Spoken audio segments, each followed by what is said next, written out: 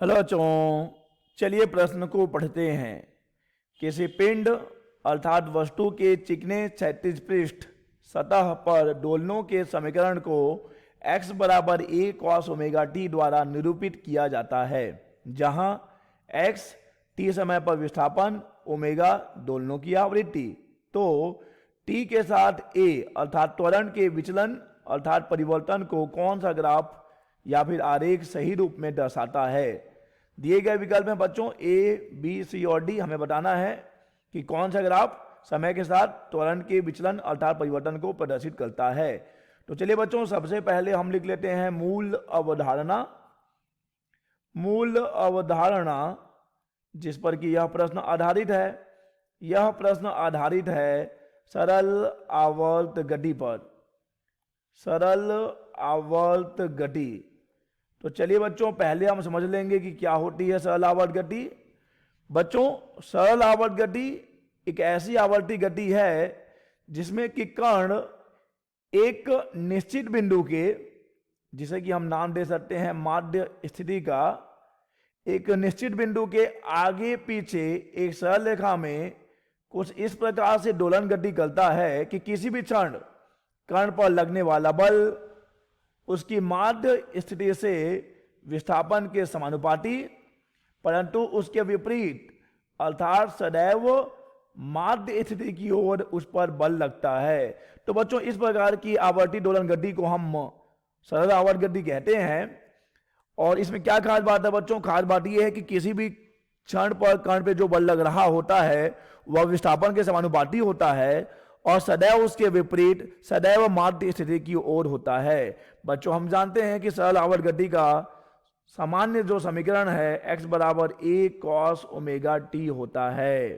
ठीक है बच्चों, तो प्रश्न में जिस गति की बात हो रही है, जिस दोलन की बात हो रही है, वह एक सरल आवर्त गति है, क्योंकि समीकरण है x बराबर a cos ओमेगा t। बच्चों, यहां पर हमें इस प्रश्न का उत्तर करने के लिए ज्यावक्र और कोजिया वक्र की जानकारी भी होनी चाहिए। ज्यावक्र और कोजिया वक्र कहने का तात्पर्य बच्चों साइन का वक्र और कॉस का वक्र। तो चलिए पहले समझ लेते हैं कि साइन और कॉस का वक्र कैसे बनता है। कोजिया, बच्चों ये एक साथ है। चलिए बच्चों, देखते हैं कि ज्यावक्र और कोजिया वक्र कैसे बनते हैं। बच्चों, साइन कर्व जो है ज्यावक्र ऐसा बनता है, ये है, अच्छे से बनाते हैं इसको, ये है बच्चों ज्यावक्र, क्योंकि यह शून्य से स्टार्ट होता है।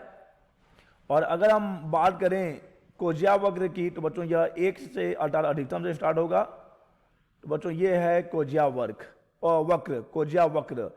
तो चलिए बच्चों, अब हमने इस प्रश्न के मूल अवधारणा को समझ लिया है और अब हम सही विकल्प का चुनाव करेंगे। प्रश्न में दिया गया है कण के विस्थापन का समीकरण, जो कि है x बराबर a cos ओमेगा t। तो अगर हम इसका एक बार अवकलन कर देते हैं समय के सापेक्ष, तो हमें इस कण का वेग मिल जाएगा।